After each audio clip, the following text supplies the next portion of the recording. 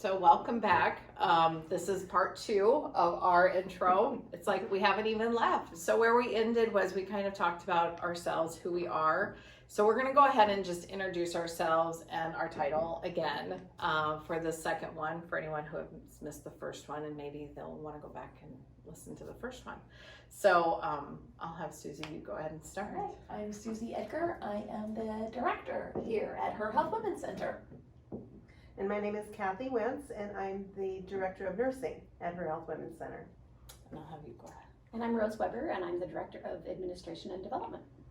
And I'm Christy Nathaniel. I'm Director of Client Services. And as I said in our first one, but for those who are maybe just watching this one, Shannon and Alex are usually my co-hosts, but this time I wanted the directors. Susie and Rose are going to talk about how we are funded and how we function and how we run, and then we'll just go from there, okay? All right. Well, I think one of the cool things about Her Health Women's Center is that we don't charge for any of our services. And that means that we don't have any financial incentive for the choice that that young woman makes. We can honestly come before her and say, these are your options. This is the information. Empower her with truth. And then there's nothing that is pulling us to kind of, like the used car salesman kind of deal or whatever. This is all free for her. Also, we don't receive government funding, so we can offer our services to any young woman. We don't have to worry about the social demographics or anything about her, who she is. She doesn't have to fill out a lot of red tape. We can just offer her services right there for her and give them to her free. But that doesn't come, it's not free to run the place, obviously. And it takes some funding from our wonderful partners. And so that's what Rose and I do. We make connections through the community and through churches, through businesses, organizations who are wanting to create opportunities and empower women and their partners in giving them information when they're facing that unintended pregnancy.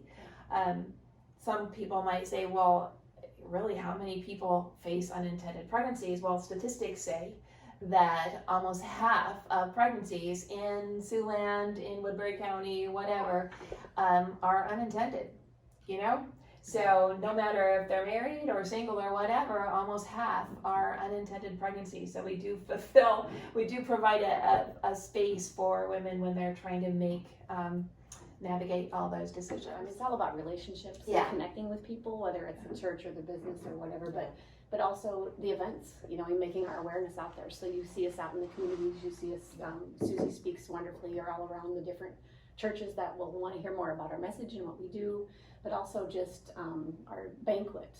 So how do we bring the funds in? We get the awareness out, we get the story out, bringing in people that have a real connection to life that really get on board with it. So it's so fun to have those relationships happen and come about and then promote them. And then the operation that goes behind it for the Diaper Dash or the banquet or the Change for Life campaign. So we couldn't do any of it without the wonderful support of the donors and sponsors. And I think the donors, our partners, realize the benefit when they're serving women in this capacity, when they're facing these decisions and they're caring for women.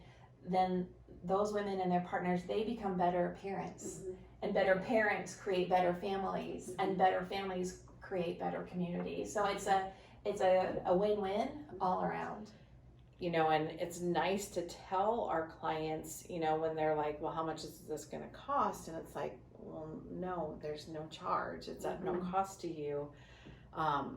Because for them, it's like saying someone cares enough about you that they want to make sure that you are taken care of with no worries of if you have insurance or not, if you have money or not. They care enough for you that they are willing to supply this for you. And I like that. And that's cool. It's something you touched on, we don't profit from a decision that is made. Right. So we want to come with this authentic, this authenticity of, we really want to help you. And yes, we are a faith-based organization, and I think that's what makes it even better, is because we want to be the hands and feet and hopefully speak the words that, you know, God wants us to speak. So I have a new mug, and it's from, you know, Sight and Sound. They have this big production, but what I like is the hand, where it's Jesus' hand pulling up, and they ended saying how their theme this year for this was how Jesus was a rescuer in time of trouble, in time of, you know, any time, but he rescues. And, you know, I hope that's kind of us of, you know, we're trying to help them. We're trying to come at a point where you feel like you're drowning. I remember finding out when I was pregnant, and that's what I felt like. I was just drowning. And, you know, I wish I would have known about pregnancy centers at that time, but at the same time, having that person come and just give a hand of, let me pull you up, so that you can grab that breath of fresh air. And that's what we want to be here, where we are helping those girls to take a step back, take a breath of fresh air, and think about their options. Because there's a lot coming at them. They're pressured. Well, you're too young. You're too this. You're too. I remember when I told a friend of mine when I was pregnant with Lexi, wow, didn't you guys just get married? Like, you're so young. Like, you start feeling stupid person. and you start feeling this, like, oh my gosh, Shame just almost, and so we never want to come with that coercion and all, or fear or judgment, and just all right, well, let's think through this, let's kind of walk through it, let's see, you know, are you pregnant? If you are, where are you at in your pregnancy? And then we go over all their options, because at the end of the day, you know, some have questioned, well, why do you go over all the options? Because those options are there. I like how you say they need to take a step back, because with any decision in life, you really need to think it over. And with a pregnancy, there comes some pretty big decisions when you have a pregnancy, and decisions that affect your whole life and the whole life of another, the unborn. And so it's good to take that step back and realize, okay, I've got time to process all of this and to learn more, and that's so important. And since we don't charge for it, we can offer all the information and And right, and no one can ever say, well, but you probably profited from that decision. No, you know, even our donors want them to come here to take that step back, to listen and to just hear, you know, very much medically backed educational truth. And that's what we want for our girls and for their partners as well. I always feel bad because I always feel like we leave out their partners, and they're just as important. But for those girls at that time, they actually feel like they are so alone going through this alone. They might have the guy just right there, I'm gonna support you, whatever, all that, but to them, they're alone. And, you know, they need that other person, and sometimes they just need that complete stranger to actually talk to, someone who is not a relative, and so we do have a good gamut of age group, you know, a good range, so that it could be a grandma figure, it could be a mom figure, could be you know, someone who's a peer, even the younger generation is like, no, this is what I want to help here, because, you know, I want these girls and guys to just really think about what is going on. And which is so cool, because that age group, we need it to be a voice, you know, and so get their age on board. And because they're seeing things in a whole different perspective than even we see it. And they help us see it. They do. Yeah. They do, and it's really, really cool. And so I love that we do go over all the options. I mean, sometimes that's really hard, I think. Let's be honest. It's very, very hard. Sometimes it's awkward even.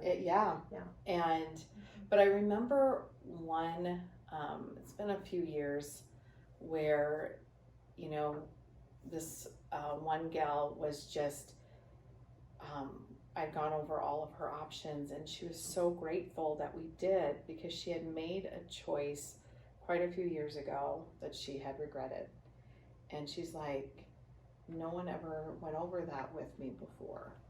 And had they gone over it, and I'll be honest, she had chosen to abort at the time, and she's like, had somebody gone over that with me, I might have made a different decision.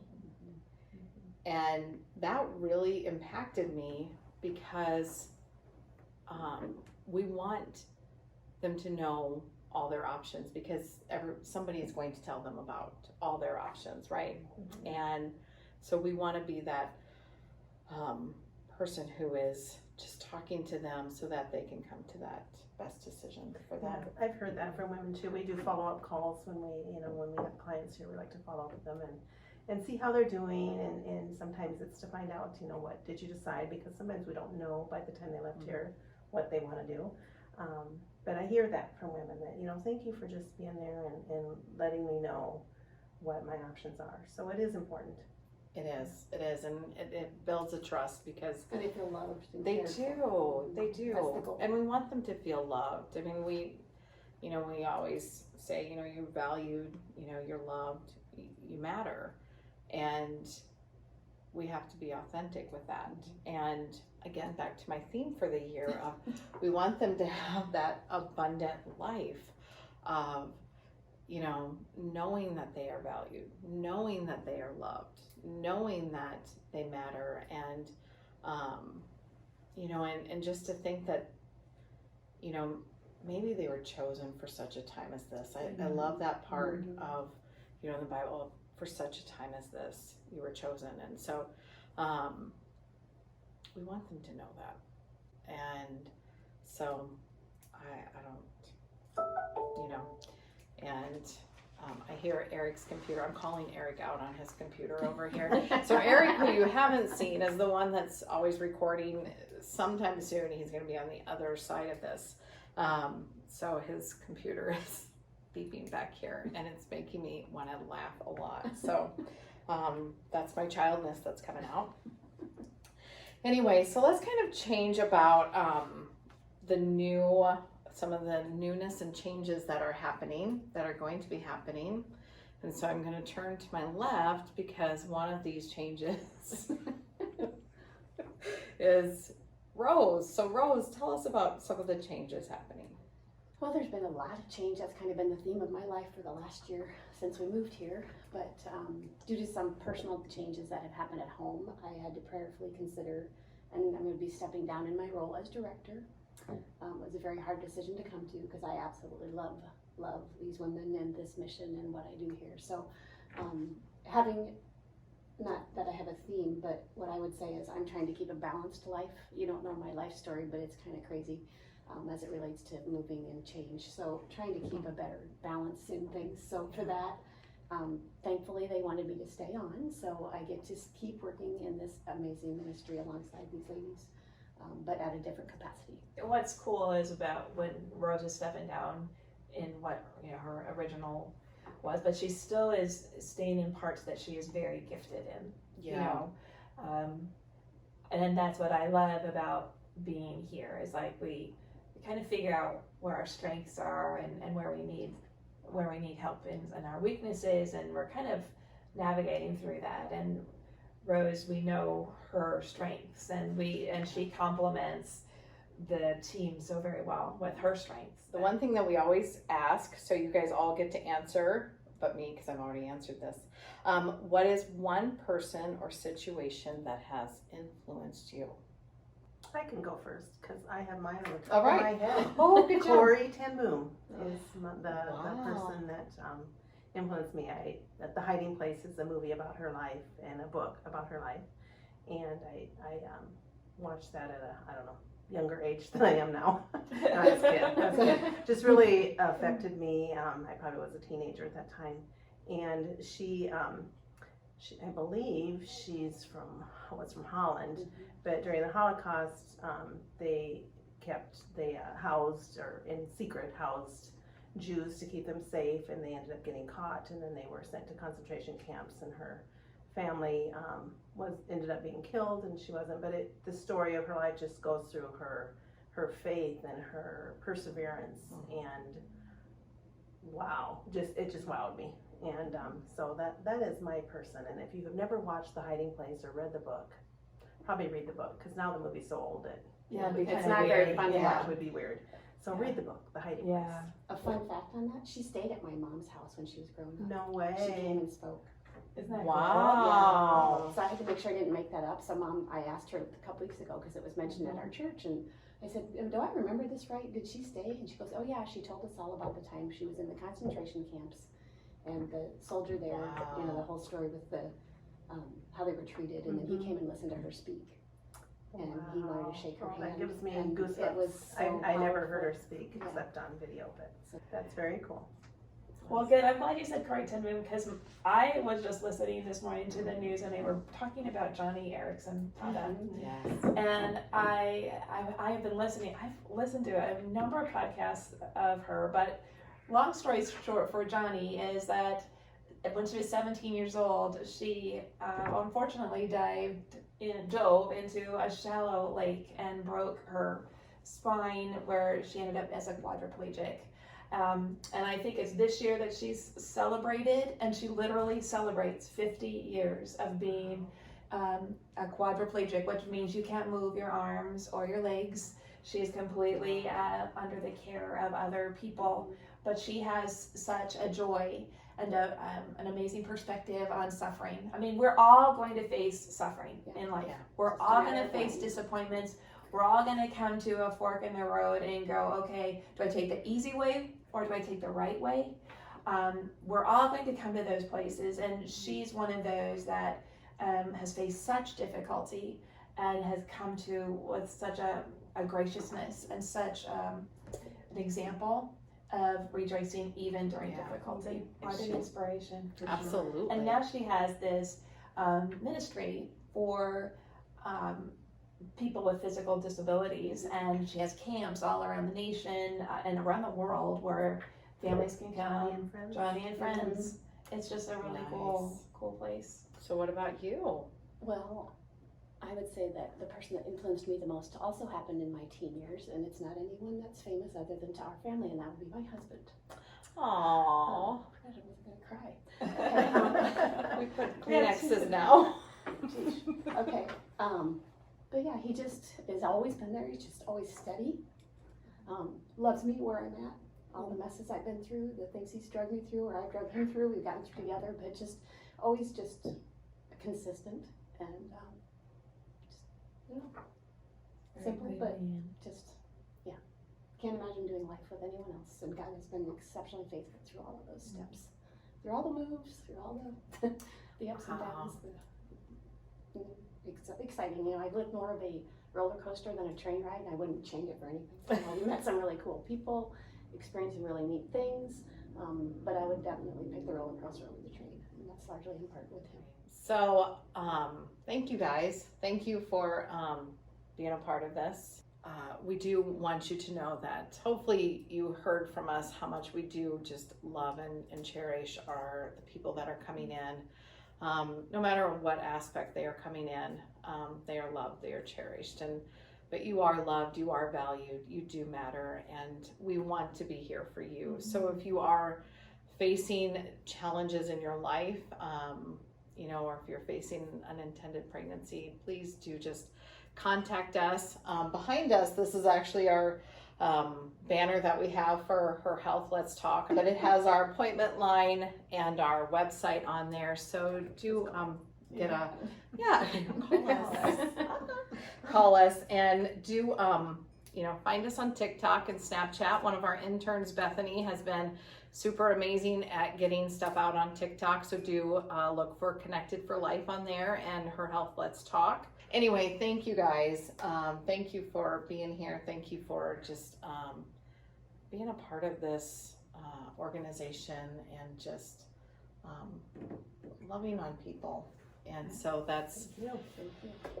will be exciting. And our next podcast will have Alex and Shannon will be back, and we will be talking with someone on that, and that will be, I think that one is with Robin. But anyway, thank you guys, and do like us and do comment below, and hopefully you are living your abundant life, and you can always steal that theme, it's fine. And we'll see you next time. Thank you.